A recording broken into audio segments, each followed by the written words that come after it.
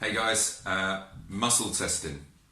So I've taught you now a ring and hook method, and if you haven't seen that video, let's go through that anyway. So make a hook with one finger and a ring with the other. Interlock them. And our job now is to try and pull them apart.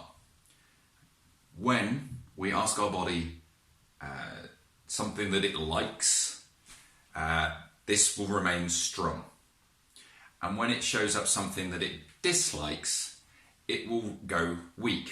Now, to begin, we need to find out if your body is working as it should right now.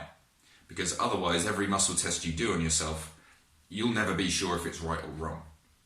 So let's try out the ring method first, okay, or ring and hook method. Make a ring, make a hook, interlock them, okay? Ask yourself something true. My name is Pete, and I'm pulling with quite a strong force. Okay, I'm squeezing those together and I'm trying to rip them apart. And I'm aiming between that gap. With a true statement, that should remain strong. Next, try a false statement. I'm going to stick with my name, okay, and I'm going to tell a lie, okay. My name is Susan, okay, and Susan, yeah, it definitely fails.